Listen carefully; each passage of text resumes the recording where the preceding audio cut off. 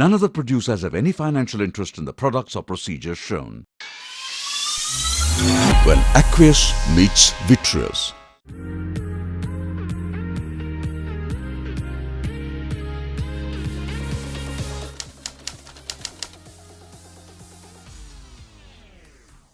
A patient walks into the clinic and consults with Dr. Ben.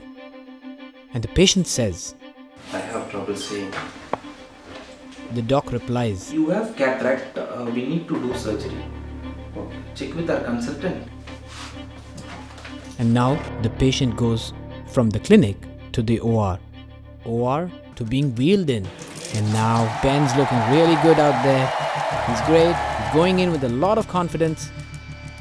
He finishes his capsulorhexis, rotating his nucleus. He found a little bit of difficulty there. He's struggling, but he goes in nonetheless with his phaco probe. And oh my god, he's had a posterior capsular rupture. The nucleus is going down south. Oh my god, he's had a nucleus drop. Mayday! Mayday! Aqueous just met the vitreous. Do you know what to do? When? Hi. When I was young, I used to hear this amazing story of the mythical bird Hamsa, or the swan. Even though it was just a myth, the very act of separating milk and water from a mixture teaches precision and accuracy to me. But we're not mythical birds or gods. Yet, we as surgeons need to know how to treat aqueous meeting vitreous in a standardized, customized approach. Introducing the aqueous vitreous protocol. When we have an intraoperative complication in cataract surgery, we must ask ourselves these three questions. Is the nucleus size larger than 2 mm? Has any lens matter dropped below the anterior hyaloid face? And do we have an insufficient capsular support?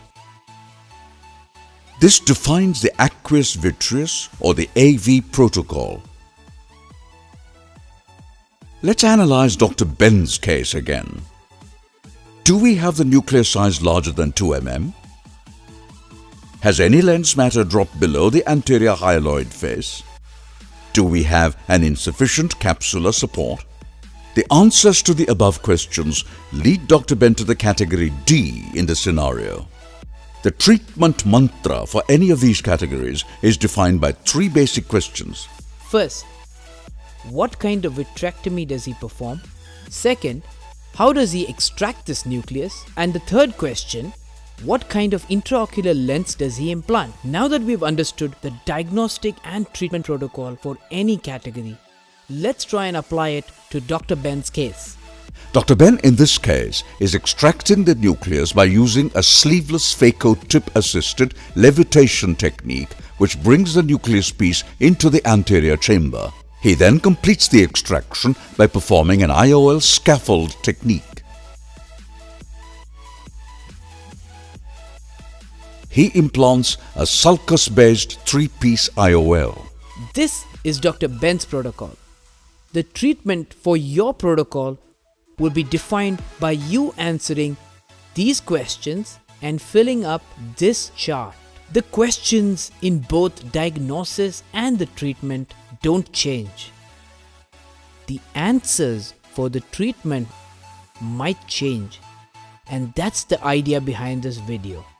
Let's take a sneak peek at how this works. Let's take category A, where you have aqueous meeting vitreous with a nucleus fragment larger than 2 mm, no lens matter that has fallen below the anterior hyaloid face, and a sufficient capsular support. The treatment mantra over here involves what kind of vitrectomy to perform? Perform an anterior vitrectomy. How should you extract this nucleus? Extract it using an IOL scaffold technique. What kind of lens should you place? Place a 3-piece lens in the sulcus. Let's take category F, where you have aqueous meeting vitreous with no nucleus piece that is larger than 2 mm. A few lens remnants that have fallen below the anterior hyaloid face, and there is an insufficient capsular support.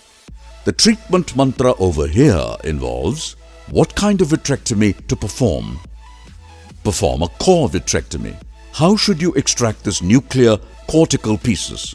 Extract them using a vitrectomy cutter. What type of IOL implantation technique to perform? Any secondary IOL implantation technique of your choice is the right approach. Let's take a look at category G, where you have aqueous meeting vitreous with a nucleus size larger than 2 mm. Lens matter has fallen below the anterior hyaloid face and an insufficient capsular support. The treatment mantra for this category involves what type of vitrectomy to perform. Perform a core vitrectomy. How should you extract this lens matter? Well, perform a sleeveless phaco-tip assisted levitation to lift the nucleus into the anterior chamber. Now, under the nucleus perform a glued IOL technique, and now perform an IOL scaffold to complete the cataract extraction. The glued IOL placement in this case helps prevent any nuclear fragment flying below into the vitreous cavity. The alternative approach to extracting the nucleus in these cases is to use a fragmatome in the mid-vitreous cavity to extract or remove this nucleus. A new category H is defined by no nuclear fragment more than 2 mm, no lens matter that has fallen below the anterior hyaloid face, and a sufficient capsular support. This occurs when you have a posterior capsular rupture towards the end of the surgery. It gives birth to H1 and H2. H1 is when you have a PCR with vitreous prolapse, and H2 when you have a PCR without vitreous prolapse, like the one seen in posterior polar cataract. The AV protocol brings to surgeons across the globe a standardized yet customizable approach in handling intraoperative complications when aqueous meets vitreous. As shown in this video, when we answer these simple questions, we get our diagnosis, and your treatment strategy will be decided when you answer these simple questions. Here's a sneak peek at my protocol. I want you to make your own. Simply answer the 3 diagnostic questions and simply answer the 3 treatment questions to make your protocol right. And this, my friends, is the motto behind this teaching video. Thank you very much.